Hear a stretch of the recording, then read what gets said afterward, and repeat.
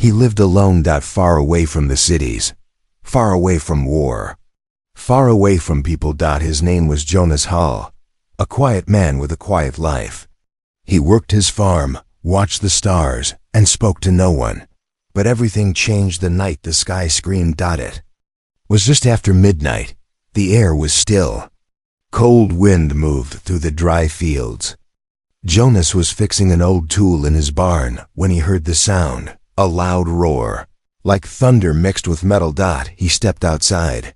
A bright light was falling from the sky, fast, like a comet on fire.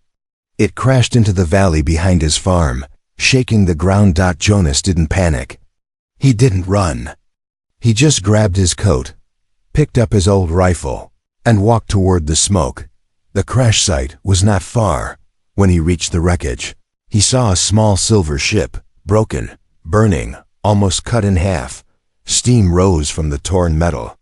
Sparks danced in the darkness, and then he saw her. She was lying just outside the ship, half conscious.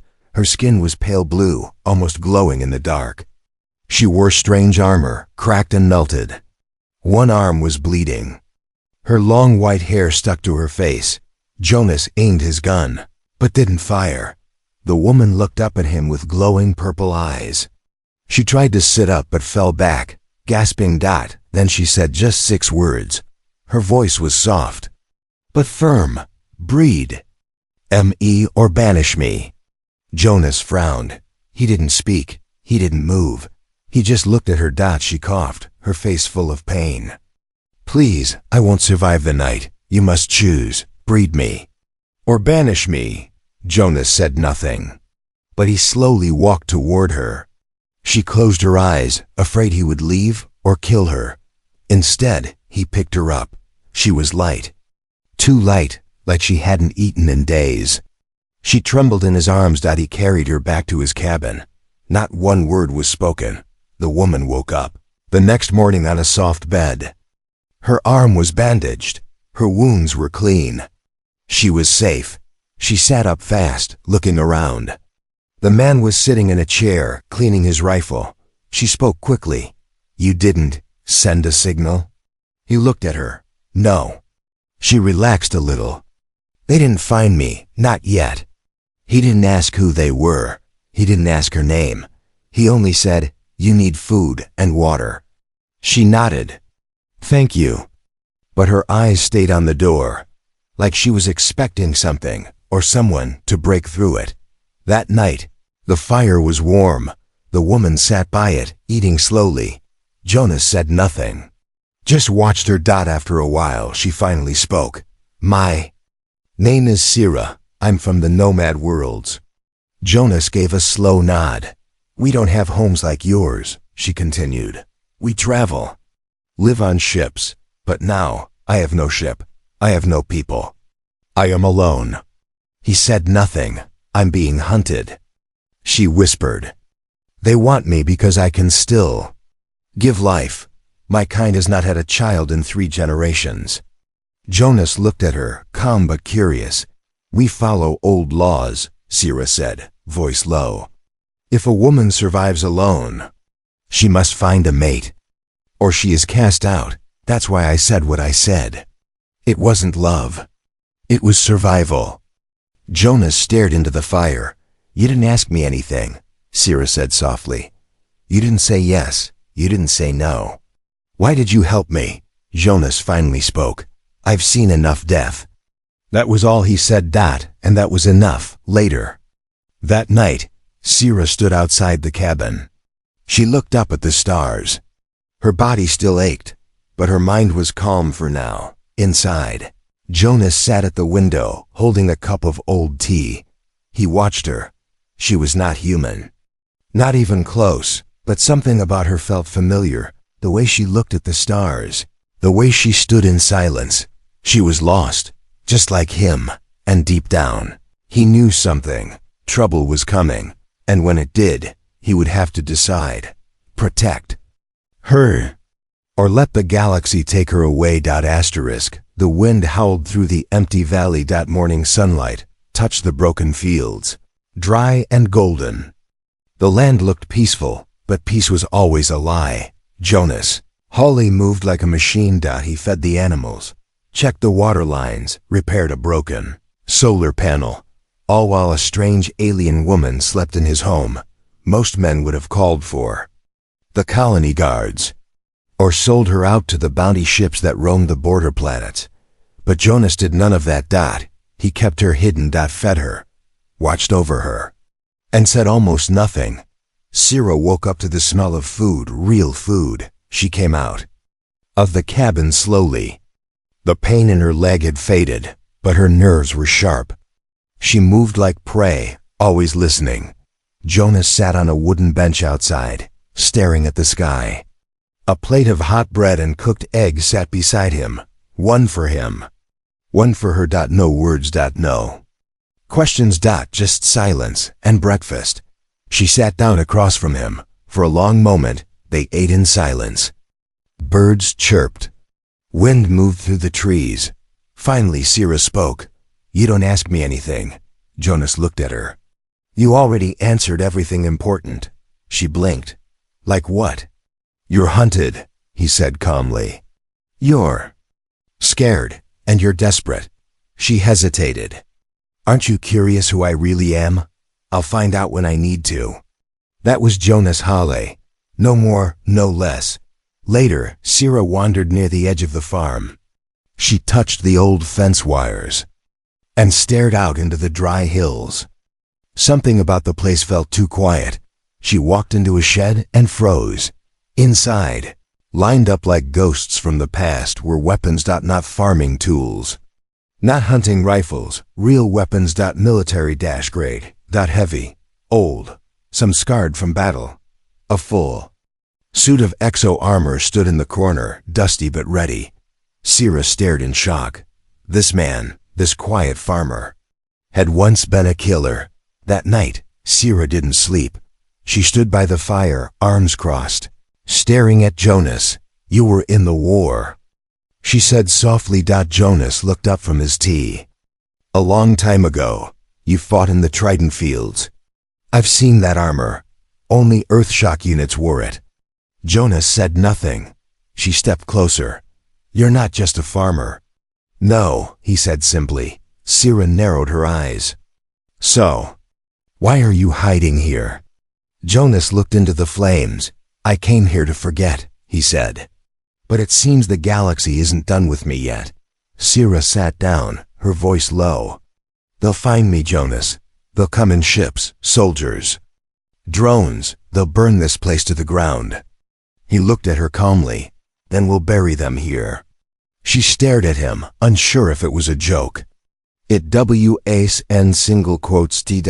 Hawley had the eyes of a man who had already died once and come back angry. Before sunrise, a strange humming sound echoed. In the distance, Jonas was already awake, gear packed. Sierra stepped outside, eyes wide.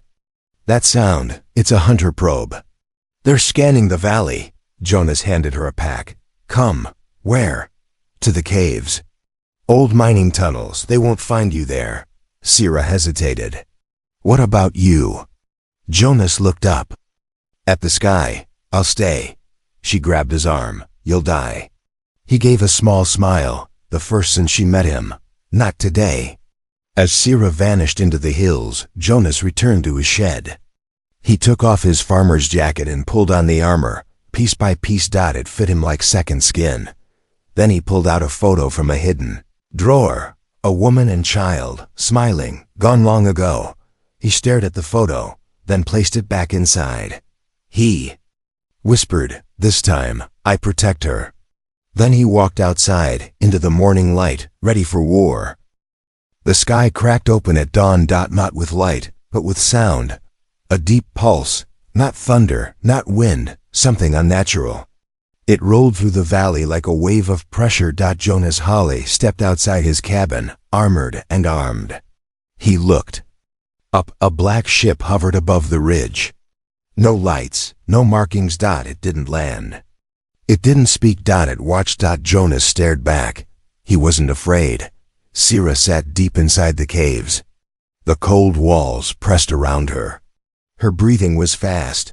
Uneven. She felt them. Hunters. She had lived her whole life on the run, but nothing was like this. These weren't bounty chasers or raiders. These were void trackers, silent, cold, trained to smell DNA. Across continents, they didn't come for money. They came for bloodlines, and hers was the last of its kind. Meanwhile, two strangers approached the farm on foot. They wore human faces. Their clothes looked like miners, but their movements were too perfect, too smooth. They reached Jonas's fence and stopped. One smiled, wide, unnatural. "Nice place," he said. Jonas didn't answer. The second one stepped forward. "We're looking for someone. A lost traveler, female, thin, pale blue skin. You seen anything like that?" Jonas said nothing. The man laughed softly. "You're a quiet one." He pulled a small disc from his coat and tossed it to the ground. A glowing image of Sira appeared in the dirt. The second man leaned in. "She's dangerous, you know. A criminal. A thief. A threat to the peace." Jonas spoke. His voice was calm but firm. "Then why aren't you carrying weapons?" The men froze. They looked at each other. The smiling one grinned wider. "You're sharper than you look." Jonas raised his rifle. "Leave," he said. The second man shook his head. "You don't understand. She's not just some alien refugee." He took a slow step forward. "She carries the last living gene seed of her race. If she breeds, her species returns. If she dies, they die with her. Simple math." Jonas didn't blink. "She's not your problem, old man," the hunter said. "Let us take her. You walk away rich, or walk away dead." Jonas pulled the trigger. One shot, straight through the first man's head, or what looked like a head. It exploded into sparks and metal. The second hunter screamed, shifting form. His skin flickered into sharp armor, eyes turning red. Jonas rolled to cover. Bullets ripping past him. This wasn't a warning anymore. This was war. Sira felt the tremor in the cave. A distant echo, gunfire. Her heart dropped. She ran out of the tunnels, ignoring the pain in her legs, the fear in her chest. She reached the ridge and saw smoke. The cabin was burning. Jonas was gone. But Jonas wasn't dead. He was moving through the trees, fast and silent. One hunter was down, burning in the dirt. The second was chasing him, fast, mechanical, merciless. But Jonas had played this game before. He lured the creature into the old field tower, rigged with explosives. As the hunters stepped inside, Jonas smiled and pressed the trigger. A fireball lit the morning sky. Sira found him standing in the ashes. Blood on his arm, dirt on his face, but still alive. She ran to him. "You fought them alone?" He looked at her. They weren't the last. She nodded, eyes dark with fear. "More will come, with ships, with machines. They won't stop." Jonas stared at the horizon. "I know," Sira trembled. "Then why protect me?" "I'm just—" "No," Jonas said firmly. "You're not just anything." He looked her in the eyes. "You're the last of your kind. And maybe," he said, "you're not the only one who's tired of watching everything die." That night, they buried the remains of the machines. Jonas rebuilt the fire. Sira sat beside it, silent. "We have maybe 2 days," she whispered, "before they send the real hunters. The ones who never miss." Jonas poured tea. "Then we don't wait." "What do you mean?" He looked at her. "We hit first." Asterisk, the stars looked closer that night.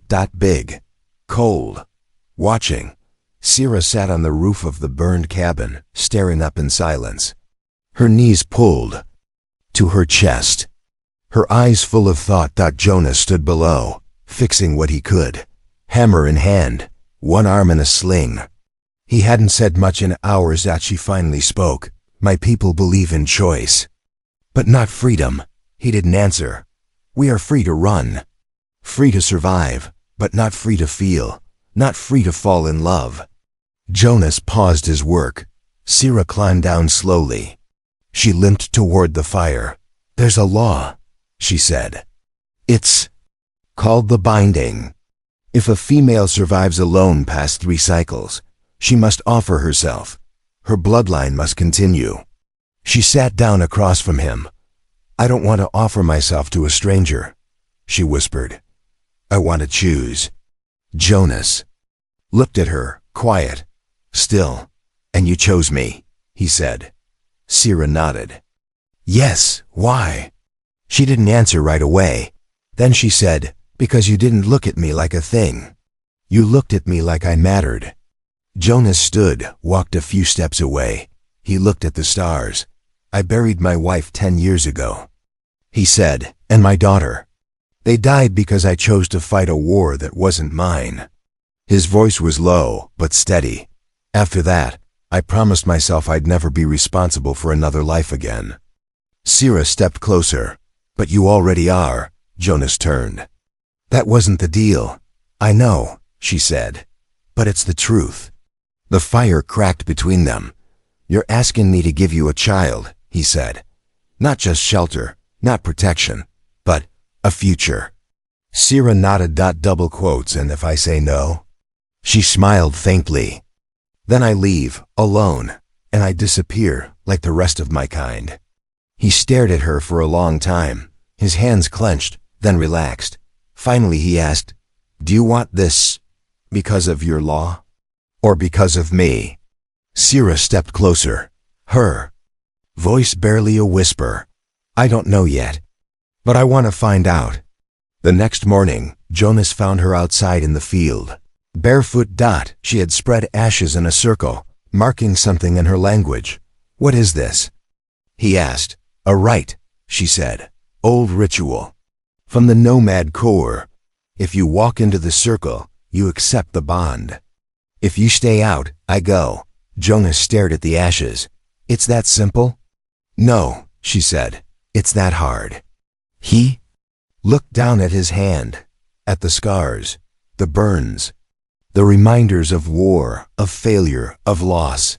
Then he looked at her. Not as a mission, not as a burden. As something rare, someone who still believed life was possible, even after everything had been destroyed. Jonas stepped forward.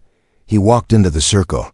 Sira smiled, just a little, and for the first time in years, Jonas smiled, too. That night they didn't speak much, but something had changed. Not passion, not yet. Trust. It was quiet, real, fragile.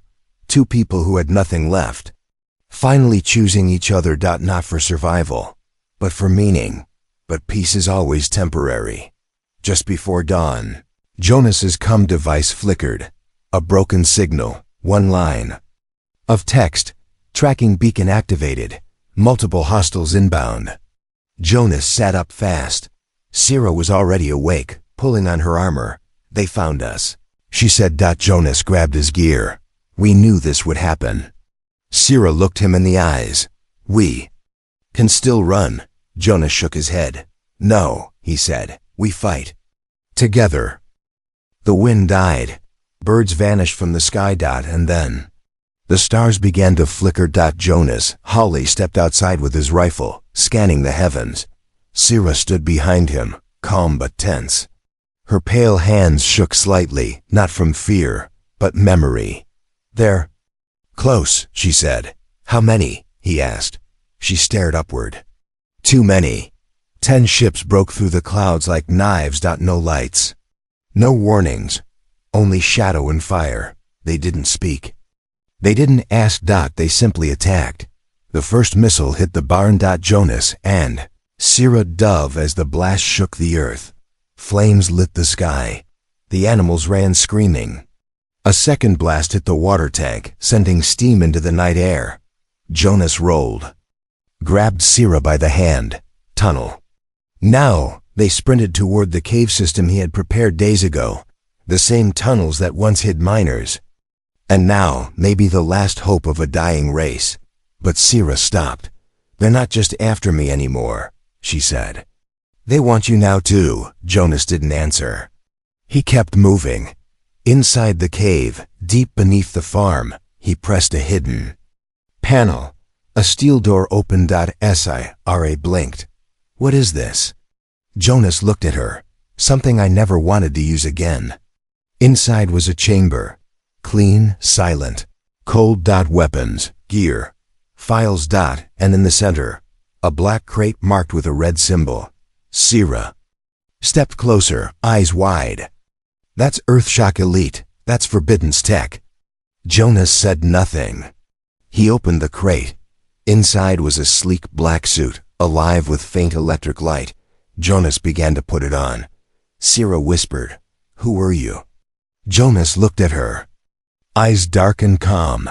I was the last thing people saw when peace talks failed. Above ground, the hunters advanced. Their machines walked on 6 legs, scanning for heat, DNA, movement. They didn't expect resistance. Until Jonas stepped out. Silent. Armored. Loaded. He opened fire. A wave of energy blasted across the field, slicing through the first 2 hunter units like paper. Sira joined the fight. She wasn't helpless. She pulled too short, blades from her back, and moved through the smoke like lightning. Her body danced, twisted, stabbed. She wasn't just surviving anymore. She was fighting back. But the hunters had evolved. Their leader stepped forward, taller, plated in dark metal, glowing with ancient tech. He scanned Jonas and said only one word: confirmed. Jonas narrowed his eyes. The voice came again, robotic, cold. You are not registered in post-war citizen systems. Identity erased. Status ghost unit. Protocol 19 applies. Jonas raised his gun. The hunter continued. You broke protocol. You aided a fertility fugitive. You rejected neutrality. Jonas smirked. Guess I'm not neutral anymore. He fired. The battle raged for what felt like hours. Sira was wounded once. A cut across her ribs, but kept moving. Jonas never fell. Even as his armor cracked, even as the ground beneath him shook, he kept fighting. But they were being pushed back. There were too many. And then the sky changed. Sira looked up. Her eyes widened.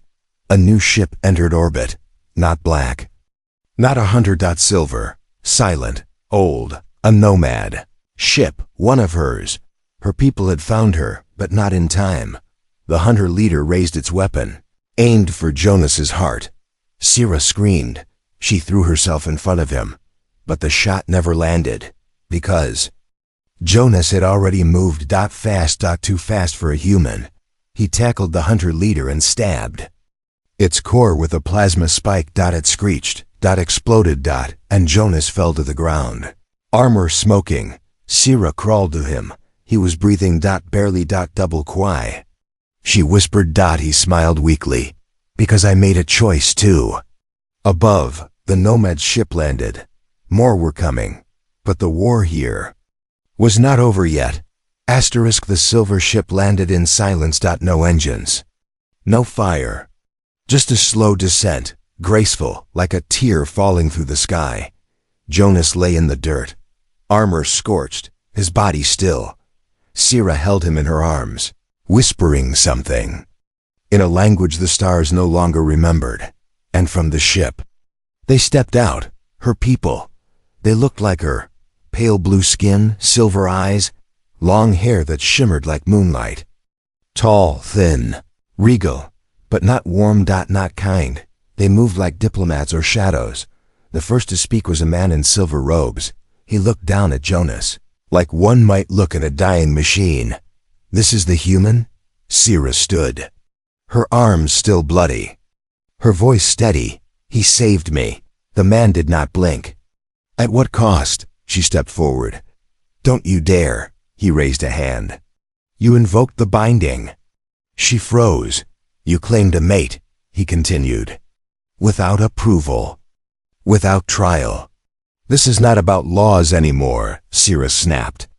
We're being hunted. We were almost wiped out. You're late. Another nomad woman approached. We came as fast as we could. We were tracing the trackers. They never should have found you. Sira's voice dropped, but they did. So, How? Everyone turned quiet. And Jonas, weak as he was, opened one eye. Someone betrayed you, he whispered. That night, Jonas rested inside the nomad ship. Clean sheets, medicine, machines that hummed softly. But he didn't trust the silence. Neither did Sira. She sat beside him. You were right, she said. Something's wrong, Jonas nodded. They're afraid. Of me? No, he said. Of what you chose of me. The next day, the nomads gathered in a crystal-lit chamber. The Elder Council.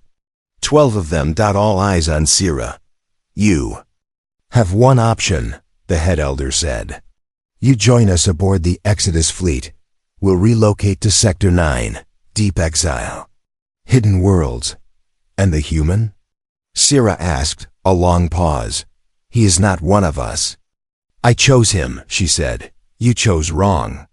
Jonas stood at the edge of the room, armor repaired.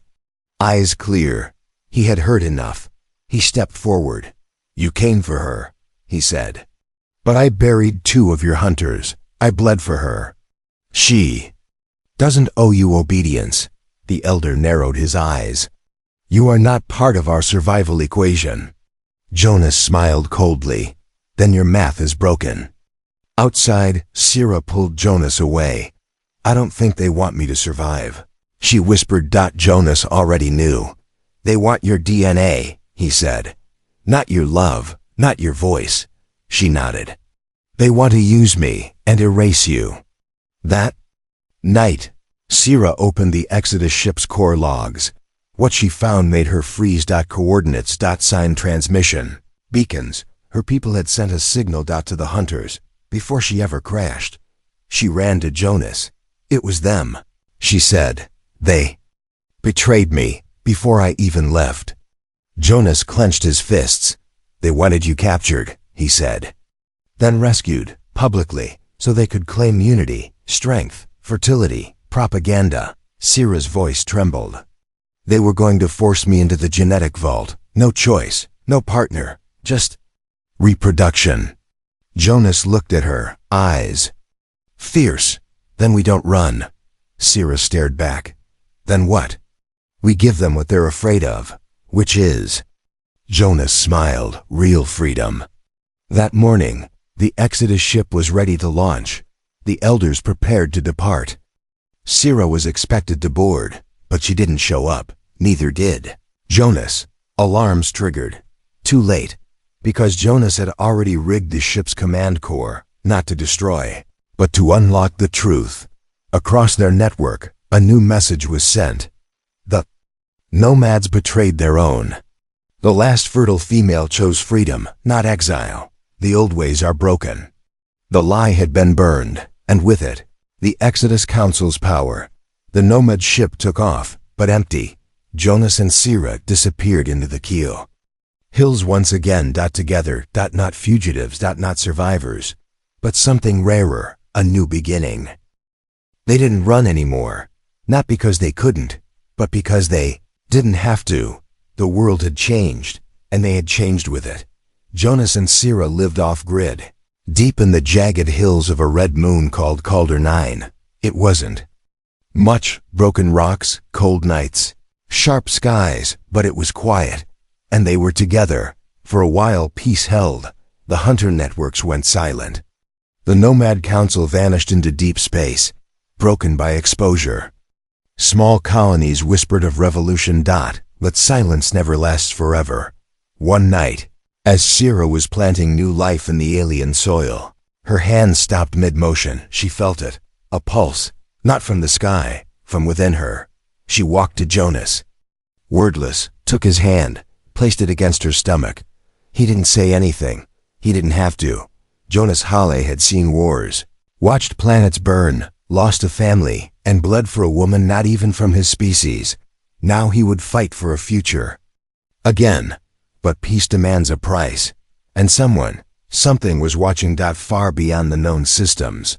In a black station orbiting a dead sun, a signal was triggered. An ancient AI, built long ago by the first human military genetic division, came online. It scanned, recognized Sira's pregnancy, and activated Protocol Omega.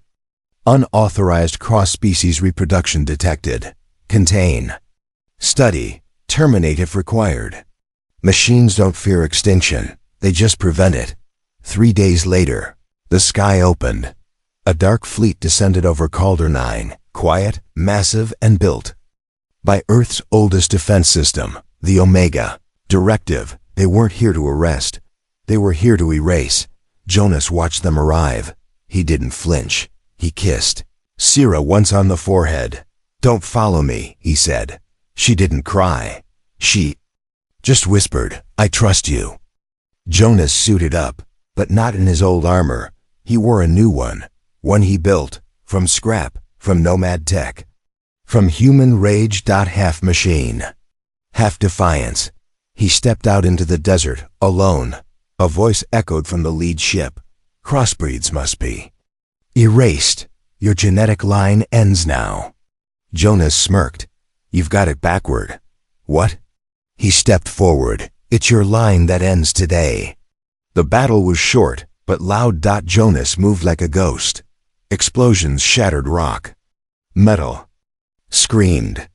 The AI tried to predict his movements, failed, because it didn't understand one thing. Choice. Machines calculate. Humans believe. Jonas reached the command node, pulled the core trigger, and burned the entire Omega AI into stardust. But the blast caught him too. His suit failed. His lungs filled with smoke. He collapsed, staring at the sky, and smiled, because he had won. Sierra found him. Minutes later, barely breathing. She knelt beside him, her tears silent. Jonas opened one eye. "Did they get you?" he asked. "No," she whispered. "And the child?" Sierra nodded. "Still alive." Jonas closed his eyes again. Good. He didn't die that night, but he never walked the same. He built a small beacon at the edge of the valley. Not to call for help, but to tell the stars, "We survived." Not because of strength, not because of law, but because they chose each other. Months later, a child was born. Half human, half nomad. Fully new. She opened her eyes and saw stars for the first time. Somewhere deep in the galaxy, people whispered stories of the human who took in the alien woman, of the child who carried two bloodlines, of the war that didn't end in death, but in birth. And so the choice was made, not to breed, not to banish, but to belong.